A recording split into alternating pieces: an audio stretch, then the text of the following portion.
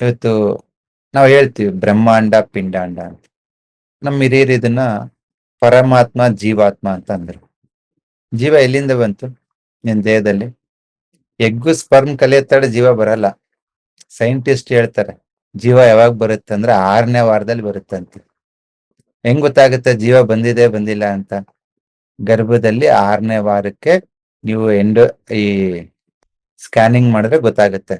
ಆ ಟ್ರೈನ್ ಓಡ್ತೈತಲ್ಲ ಆ ತರ ಓಡ್ತಿರ್ತೈತೆ ಆಡ್ಬಿಟ್ಟು 120 150ಕ್ಕೆ ಡಬ್ ಡಬ್ ಡಬ್ ಡಬ್ ಡಬ್ ಡಬ್ ಡಬ್ ಡಬ್ ಡಬ್ ಡಬ್ ಅಂತ. ಡಾಕ್ಟರ್ ಹೇಳ್ತಾರ ಓ ಹಾರ್ಟ್ ಬೀಟ್ ಸ್ಟಾರ್ಟ್ ಆಗಿದೆ, ಜೈಗೋಟ್ ಫಾರ್ಮೇಶನ್ ಆಗಿದೆ, ಜೀವ ಬಂದಿದೆ. ಅಲ್ಲಿಂದ 6ನೇ ವಾರದಿಂದ ಕೊನೆ ಉಸಿರಿರೋವರೆಗೂ ನಿಮ್ಮ ಜೀವನ, ನಿಮ್ಮ ದೇಹನ ನಡೆಸೋದು ಯಾರು ಅಂದ್ರೆ ಜೀವ.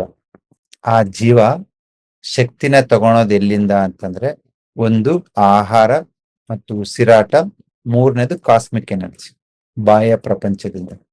3ನೂ ಬೇಕು.